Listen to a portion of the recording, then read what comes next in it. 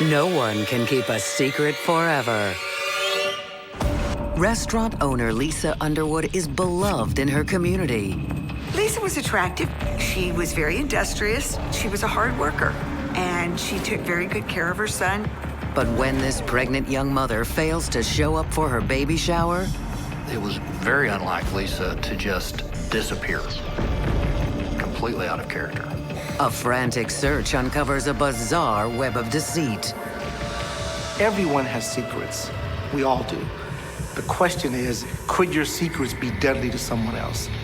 And it all ends with the most horrifying twist. Where is she?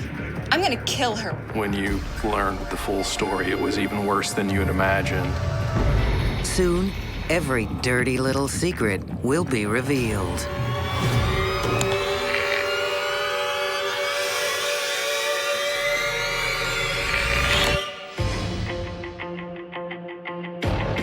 February 2005. Lisa Underwood is living the life she always wanted as the co-owner of a restaurant in Fort Worth, Texas.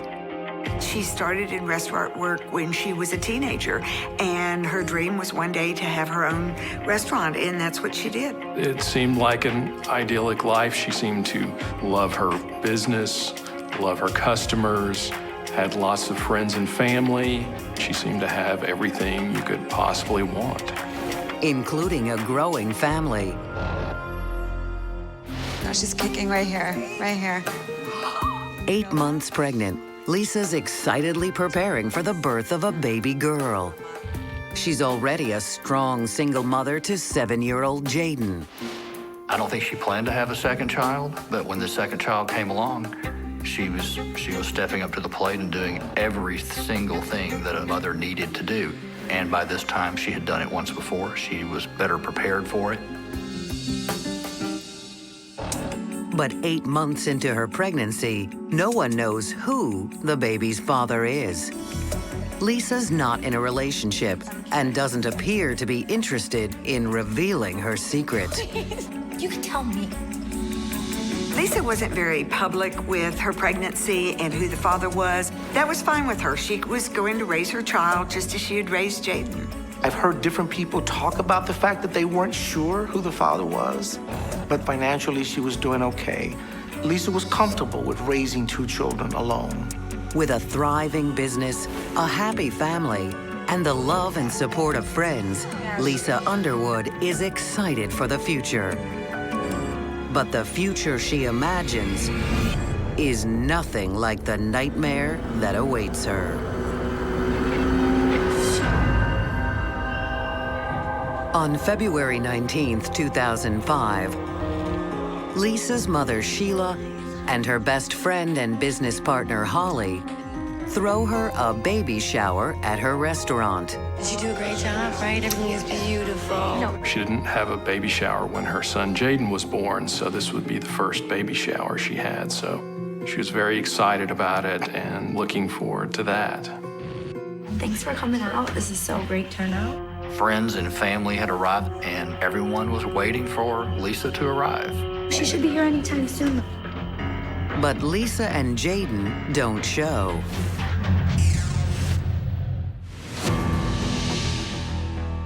As minutes and then hours tick by with no word from them, Holly and Sheila become increasingly worried. I just don't understand. Lisa wasn't on time, and that just wasn't like Lisa. She didn't call you guys nothing? Nothing.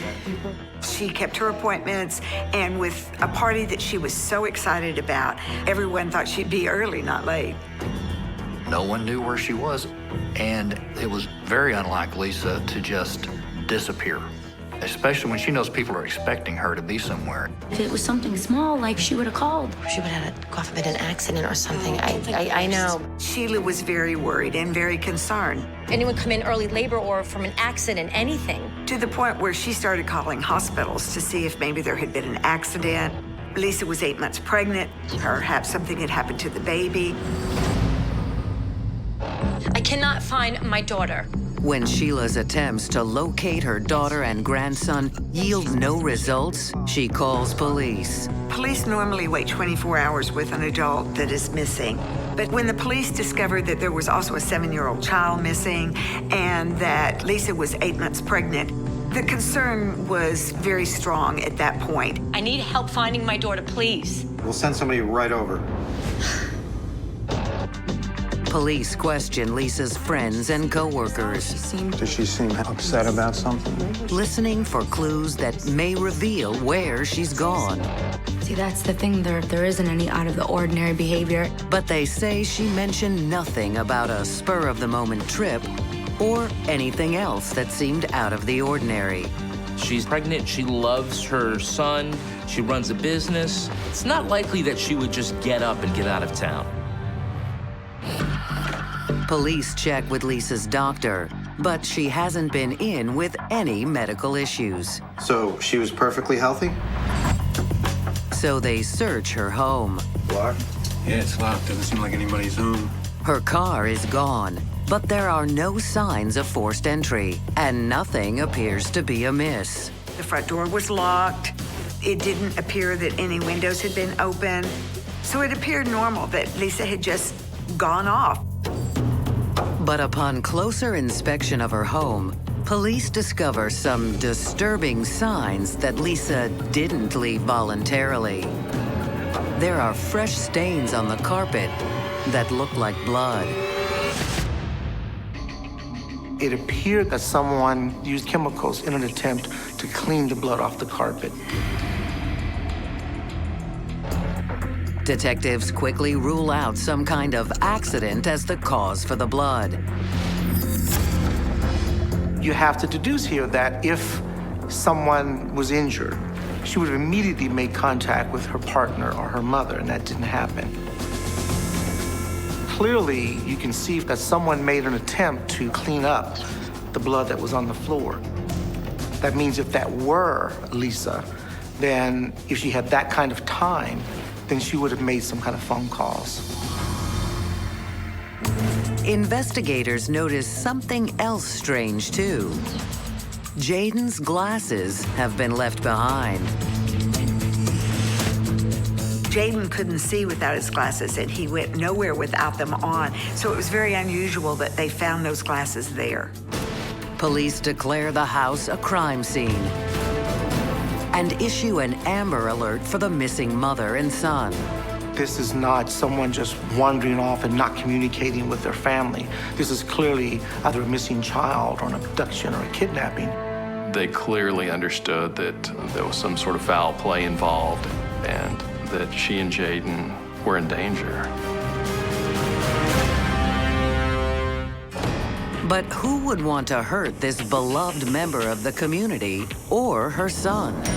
When a child is missing, and particularly if it's divorced or single parents, you're always going to wonder if it's a custody dispute.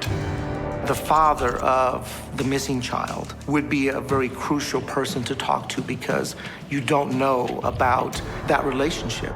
You haven't been around for years. I'm here now. That's where you start first, because there could be some issues between the mother and the father of the child. I met him a couple of times. Yeah, I remember. Friends tell police that Lisa dated Jaden's father briefly years ago. They weren't serious, so when Lisa got pregnant, she decided to raise the child on her own. But now that they've both disappeared, police wonder, is Jaden's father harboring some grudge against the mother of his child?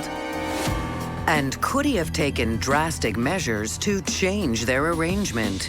Maybe he's not happy with the way Lisa is raising their son. You're an awful mother. In a lot of kidnapping cases with children, it is the parent who does not have custody of the child. They want that child, and so they go and take them just so they can be with them. You're gonna let me see my son, or else you're gonna regret it. Detectives track down Lisa's ex at his home in St. Louis and question him. When's the last time that you saw them? But he says he's not harboring any ill will toward Lisa. Jaden's father had a good relationship with Lisa. They were cordial. There was no conflict between them. Jaden would go and spend summers with him. And so at least on the surface, there appeared to be no problem. Well, you have to find them. And the news of his son's disappearance hits him hard. Although he could be a suspect, he seems truly distraught at the idea that his son has gone missing. Okay, this is my kid that we're talking about. He also seems to have a rock-solid alibi. I haven't even been anywhere near Fort Worth. I've been in St. Louis this whole time. Jaden's father was at home in St. Louis. It's a 10-hour drive to Fort Worth from there. If he'd been in Fort Worth when Lisa went missing, he couldn't possibly have traveled nearly 700 miles to Missouri that same day. Police rule him out as a suspect for now. So if Lisa's ex isn't behind her disappearance, who is? It seems clear to police that there's something dangerous going on in her life that she hasn't told anyone about. What are the secrets? Because that's the thing that's going to point you in the right direction. Everyone has secrets, and it's the secret things that can get you in trouble.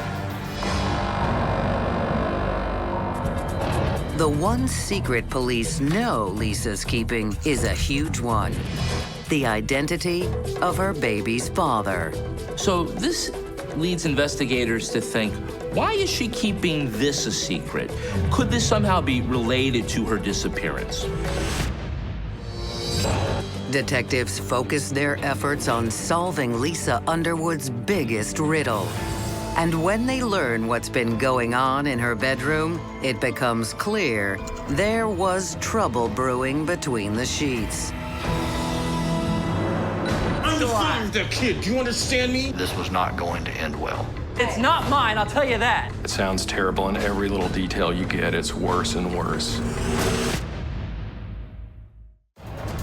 Small business owner and expectant single mother Lisa Underwood has disappeared with her young son, and her home is stained with blood. With no evidence of a break-in, detectives look at Lisa's most intimate liaisons, starting with the mystery man who fathered her unborn child. Police wanted to take a look at the relationship she had currently, as well as any former boyfriend she may have had. But when police ask Lisa's friends who the father might be, they say they can't be sure. And investigators find the reason why more than a little surprising. So she wasn't exclusive with anyone?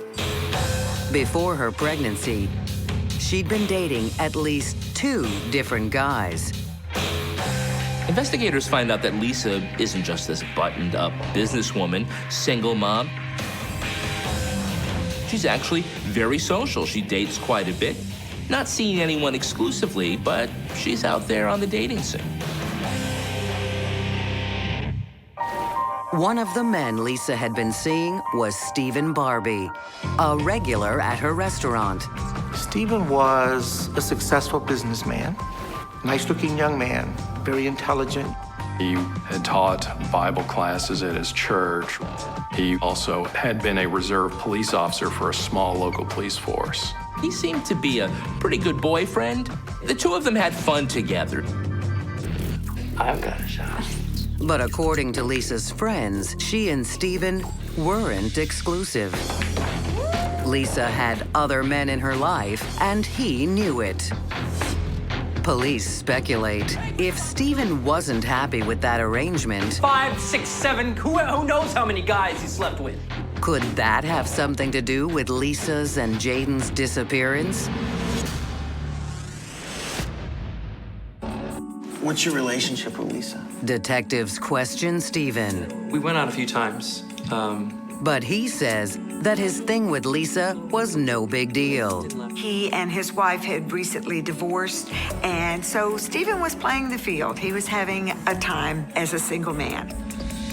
They had gone out on a few dates, but there was nothing serious between them. We had a good time, but just didn't work out. Stephen tells police that he and Lisa broke up amicably months ago before she was pregnant.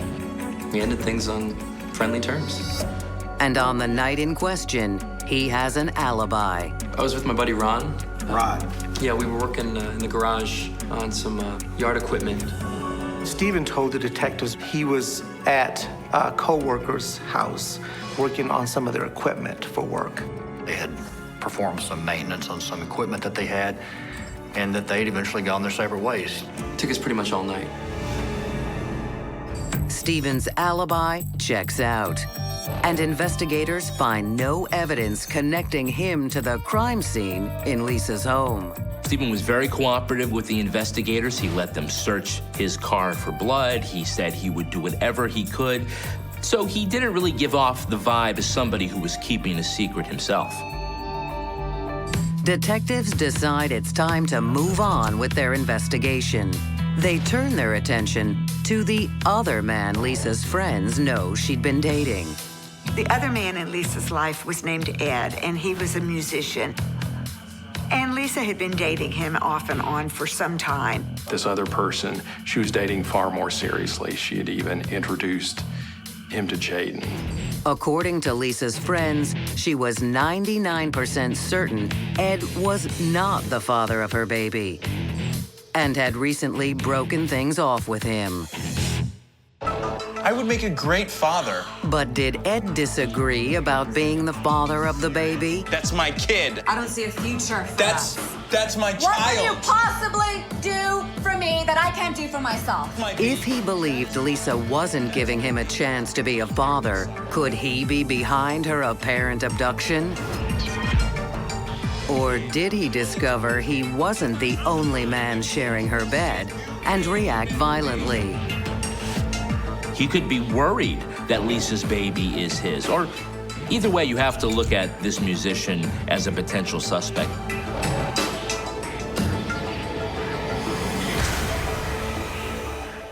Detectives bring Ed in for questioning and study him closely as they grill him about his breakup with Lisa. Must have hurt when you heard she was with somebody else, right? Of course, yeah. Anytime a beautiful woman like Lisa walks away from a man, well, it could lead to a lot of bad feelings with him. Would you just please leave? No, I'm not leaving anywhere. Some jealousy, some rage. You just don't really know how they're going to react. But Ed tells police that his relationship with Lisa ended on good terms. We just went our separate ways. You know, it's just not the right fit. And he seems to express genuine concern that she and her son are missing. Anything you guys need, I just want her to be okay. That's my main concern. Police have nothing to tie him to the crime scene, so they have to let him go. He's very cooperative with the police officers when they talk to him. And usually, if the person's being forthcoming with you, they eliminate themselves pretty quickly as a potential suspect. 2 suspects with romantic connections to Lisa have been ruled out. But how many other men might have visited Lisa's bedroom that they don't know about? It was possible that Lisa was dating other people or having an intimate relationship with other people that her immediate friends and family weren't aware of. Look, any guy that Lisa had been seeing could be a suspect in her disappearance. Any one of these guys could be a little dangerous. It's possible that Lisa could have picked a bad apple. You just don't know. But if Lisa's been having secret flings, there could be countless potential suspects in her disappearance. Friends can't give police any leads on who else might have been visiting Lisa's bed. The investigation stalls. The fact that it's hard to track down all of the other men she may have been casually dating, investigators need to start looking elsewhere and what her other dealings may have been. It's possible the secret behind Lisa's disappearance has more to do with her business than her bedroom. So investigators delve deep into Lisa's professional life, looking for any dangerous connections. know that you're stealing from us, and I need my money. We're trying to determine what secrets this woman has that we're not aware of, that the family members may not be aware of, that close friends may not be aware of, but are very relevant to our investigation. And what detectives are about to uncover hits too close to home. A startling admission begins to unlock the secrets of the missing mom and her 7-year-old son. Nobody else knows but me. Everyone has secrets. The question is, could your secrets be deadly to someone else?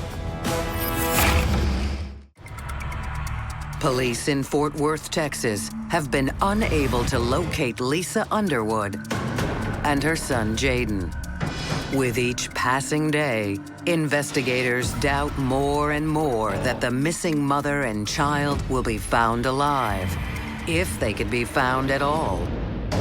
I think most investigators feel responsible when you have a case like this, when someone just disappears and you do have evidence of an assault. It can be difficult. The two men known to have dated Lisa seem to have solid alibis. So police have been digging into Lisa's business connections. When's the last time you seen her? Because Lisa owned a restaurant, a lot of regulars came in. Then police were going to look at those people as well. They were going to expand their search to include anyone that had any contact with Lisa. Then you look at everyone who may have had a problem with her. Angry customers, people who'd filed lawsuits, vendors who were mad at them, people who thought that they were getting a bad deal from them. The numbers don't add up, and I know you're cheating us, and you owe us money. We've gone over this over and over again. I'm not doing it anymore. I know that you're stealing from us, and I need my money. How dare you treat me this way? You will regret this. Do you hear me? I will make you suffer. There's something about each one of them that I don't like. They had to cast as broad a net as possible, and they did that. They checked out every single individual that might conceivably have had any reason to hurt Lisa, or might conceivably have any information about where she might be. They methodically worked every person on that list. It's very similar to looking for a needle in a haystack. And you just have to take your time, be very patient, and you work your way through the haystack to get to the needle. But no needle is ever found. Police question Lisa's staff, her customers, and her suppliers, and still no clear suspects emerge. But Lisa's business partner and best friend, Holly, says the time has come to reveal Lisa's biggest secret. It might help police determine what happened in Lisa's house the day she disappeared. She says the identity of the baby's father isn't a secret to everyone. One day we were talking, and it just seemed like something was bothering her, that she had to get something off of her chest. Lisa told her who he is. Lisa had been talking about it to her friend Holly, and that she absolutely believed Stephen was the father of her baby. She told me Stephen was the father.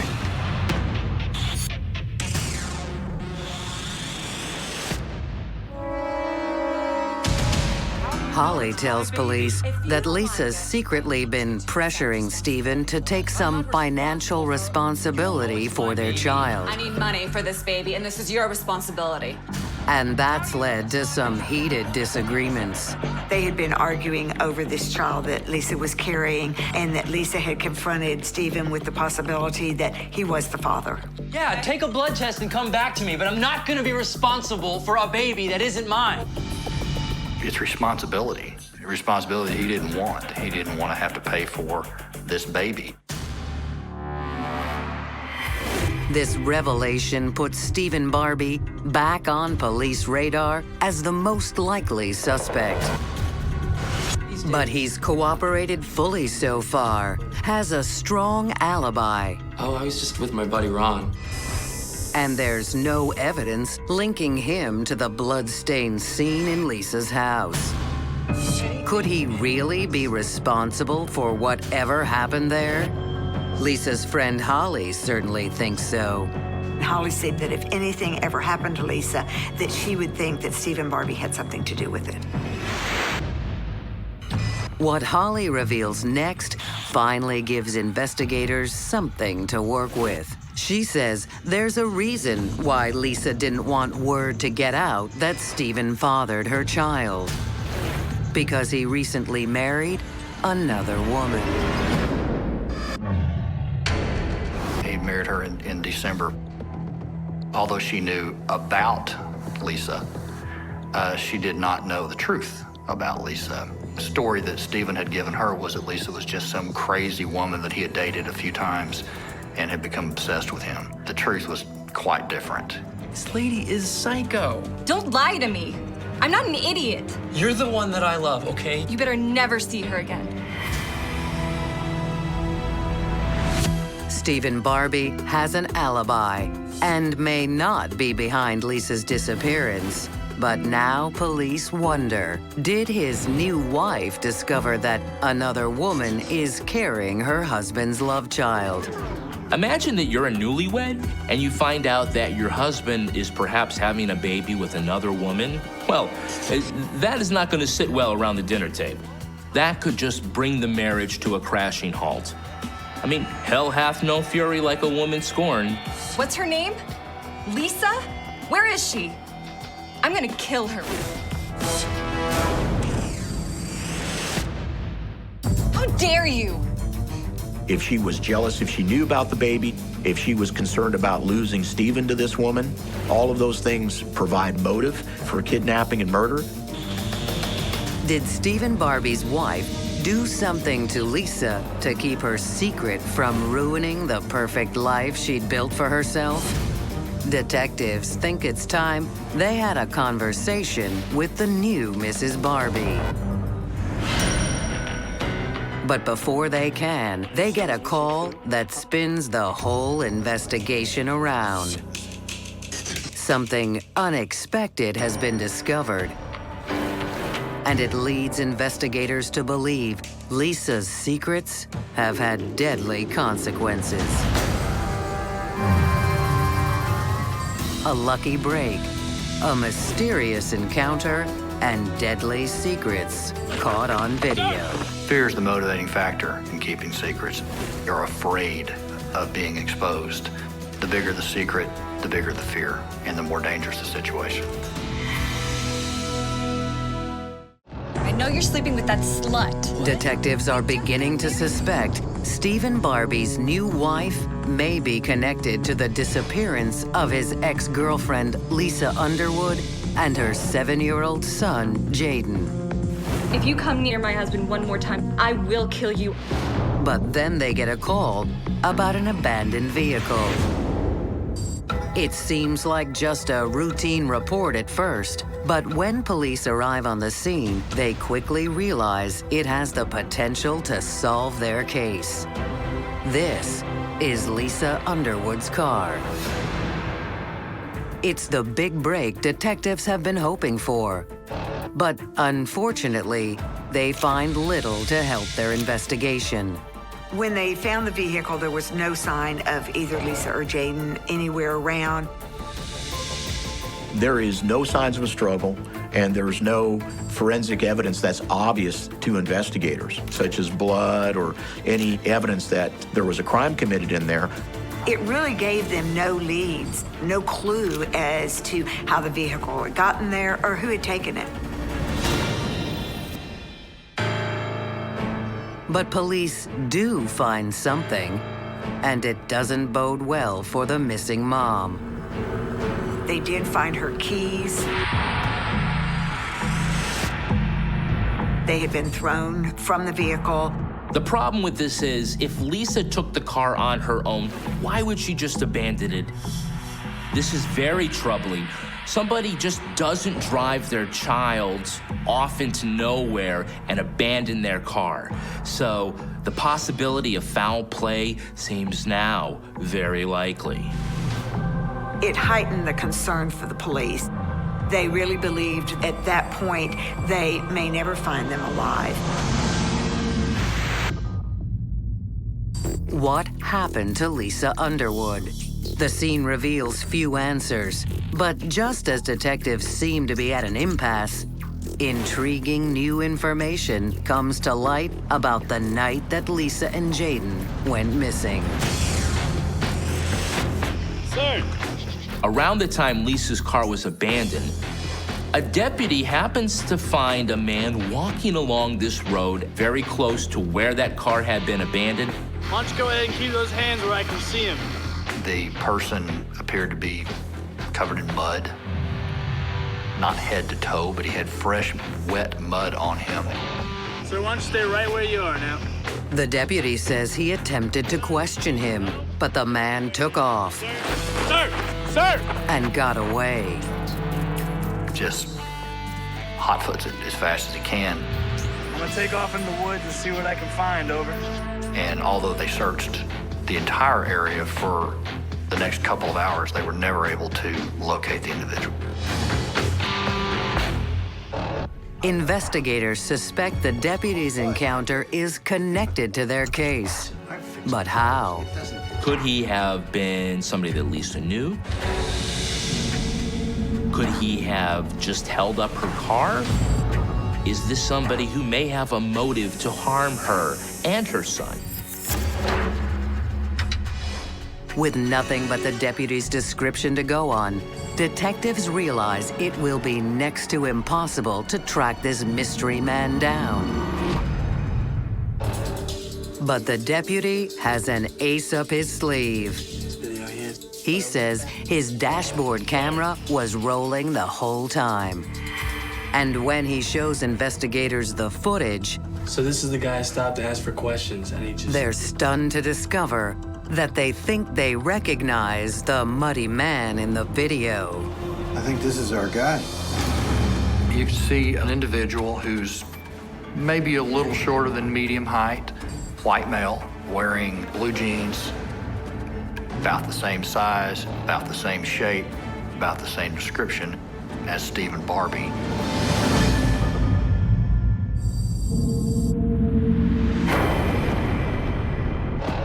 Detectives are thunderstruck. How could it be Stephen Barbie? He had an alibi? It's really troubling to think that perhaps that was the guy who was responsible for Lisa's disappearance. Initially, Stephen did not stand out as a possibility of having any involvement because he was so readily available for police. He would answer all their questions, anything that they wanted. I'd love to do anything to help out. And so they really didn't take a hard look at Stephen. But now they must. What do police really know about Stephen Barbie? Did he do something to Lisa and her son? Or did he muddy himself trying to cover up something his new wife did? And where are the missing mom and child? Detectives start by taking a closer look at Stephen's alibi. Stephen's alibi was Ron Dodd, and Ron Dodd was someone that worked for Stephen. Ron Dodd was the person that Stephen Barbie said he spent the evening with the night that the Underwoods disappeared. Police know they have to break that alibi if they're going to prove anything. So they're going to talk to that employee he was with. You were with Stephen that night, right? Yeah, we worked together. If he cracks, the whole case comes together. When police question Ron Dodd about Stephen's whereabouts that day, he insists that Stephen was with him. We were fixing some equipment in the garage. Worked on it for most of the night. And that it's impossible he could have been involved in whatever happened to Lisa Underwood. Long day work, and then we had to fix some equipment. But police have a video that suggests he's lying. Ron says that yes, he was with Stephen that night. However, the man that the deputy saw looks an awful lot like Stephen. There's no way he could be in both places at the same time. Sir! Sir! What's the truth, Ron? Detectives bring the hammer down on Ron Dodd. We have proof that's gonna put Steven behind this. You wanna go down with them? They tell him they've got Stephen Barbie on a deputy's dashboard camera when Ron says he was with him.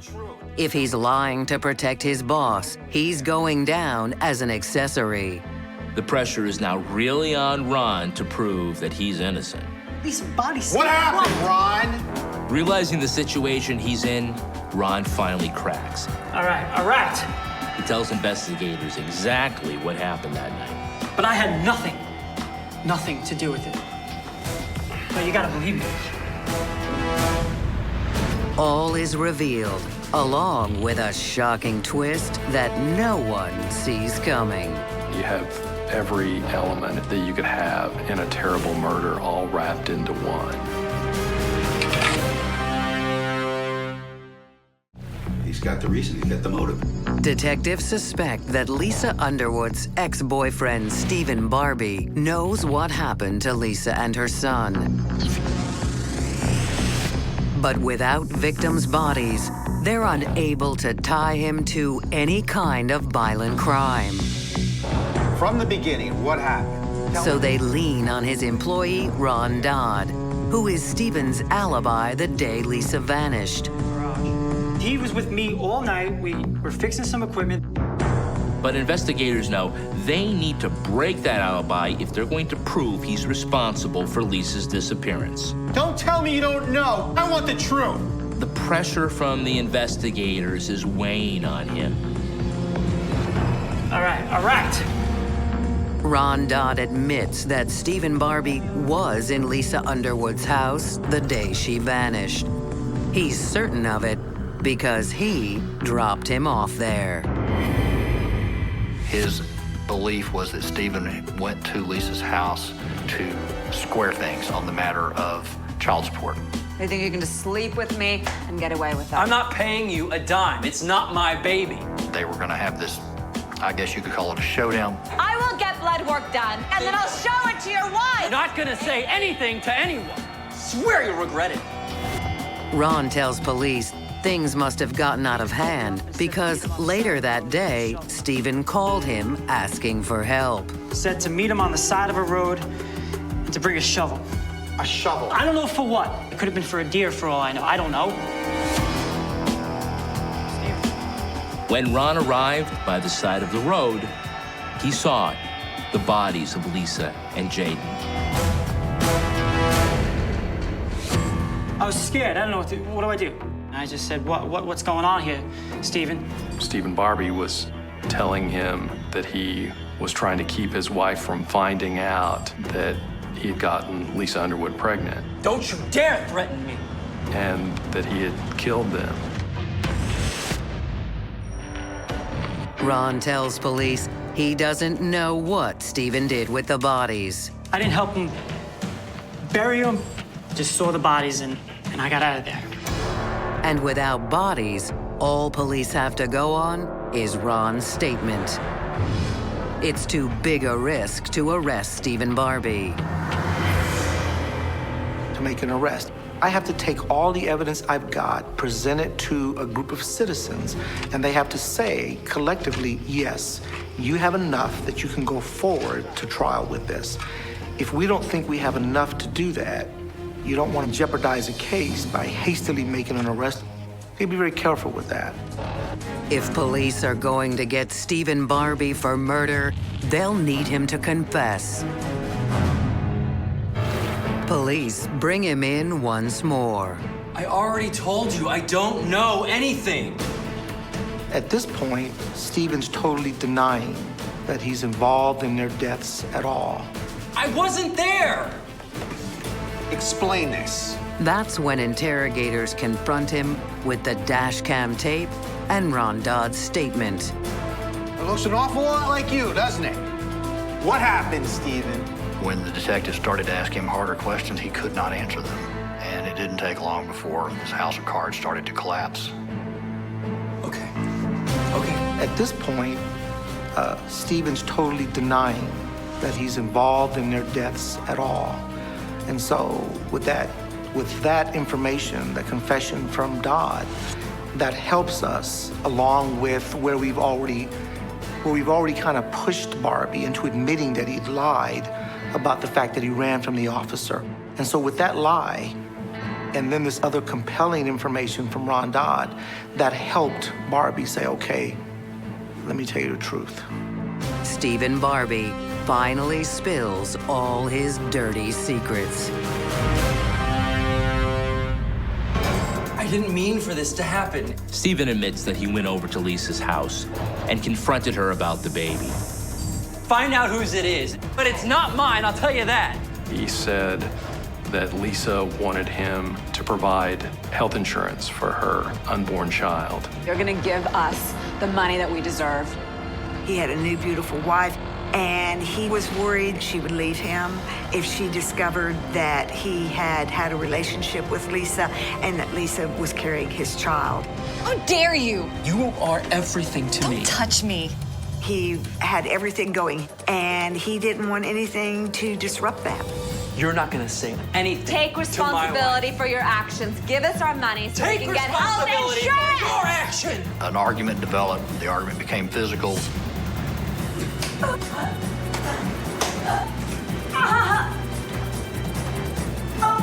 And she eventually died.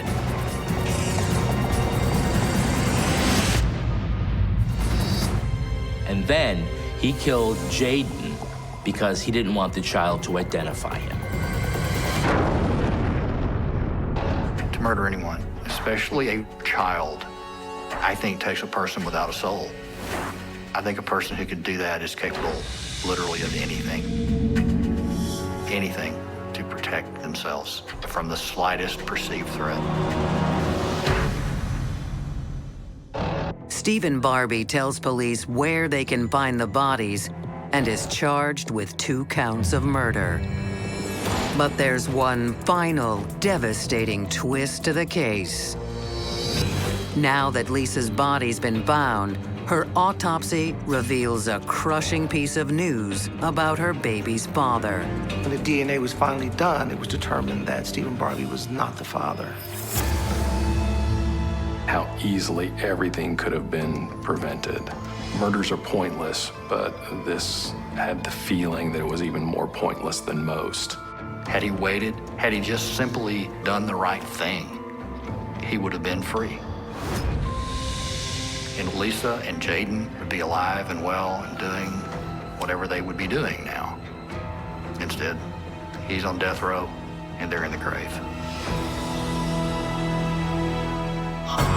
Ron Dodd is sentenced to 10 years in prison for his role in the crime.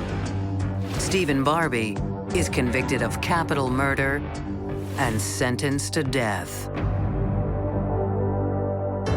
Stephen Barbie kept secrets as a part of his daily existence. When secrets become the thing around which your life revolves, they're extraordinarily dangerous. Some of these secrets are so valuable to us that we'll go all the way.